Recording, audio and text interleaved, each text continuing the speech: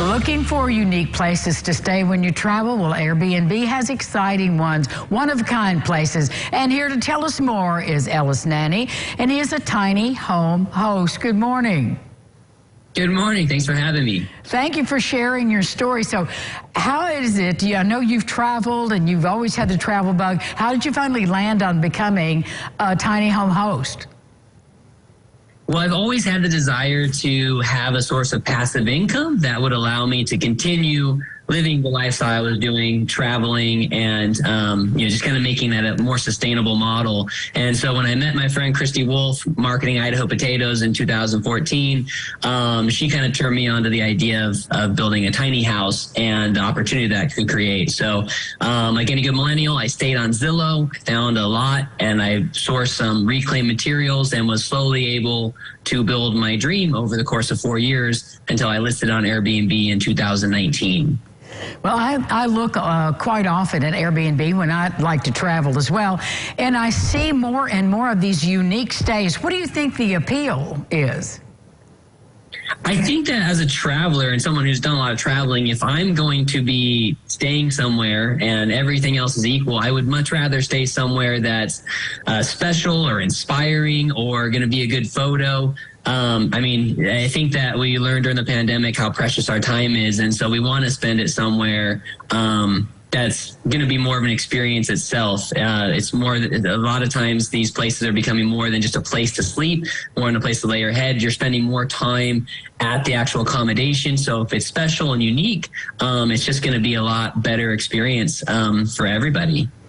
So tell me what people say when they've stayed in your cool spot.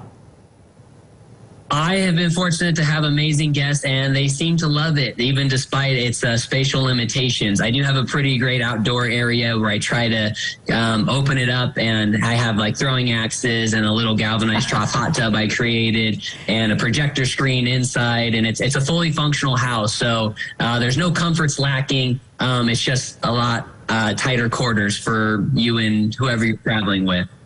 It looks fantastic. I'm looking at the video right now. So the advantages of having a home like yours with Airbnb, speak to us about that. Yeah, I think that when you start getting into that unique category, what's really nice is you can take a small idea and turn it into huge returns. You don't need much to get started. You either have an extra bedroom, a backyard, an RV. There's a lot of different ways to create a special experience, and it doesn't need to be, you don't have to build a 12,000-pound potato or a hobbit hole or something like that. You can just, create the space that you would love and know that there's going to be people out there looking for the same thing. All right, what do people need to look out for as far as maybe they have a myth about the charm of doing this? I think a lot of people just get a little uptight about someone being in their space. And I will say there's a lot of strategies, and Airbnb gives you a lot of tools to filter out potential problem guests. And they have very strict policies to try and help filter those people out. So it's not as scary as it seems. Like at the end of the day, it's a little carpet, little paint. If there is any kind of damage, and there's a great insurance policy built into hosting on Airbnb that has your back, which is very relieving when you have people coming into your house. Ellis, do you have a website for our viewers to visit? Yeah, I think that if you want to host, Airbnb.com/host is going to have everything you need to get started. Thanks for being with us. I enjoyed talking to you. Thank you so much. And we'll be back with more local lifestyles right after this. Stay with us.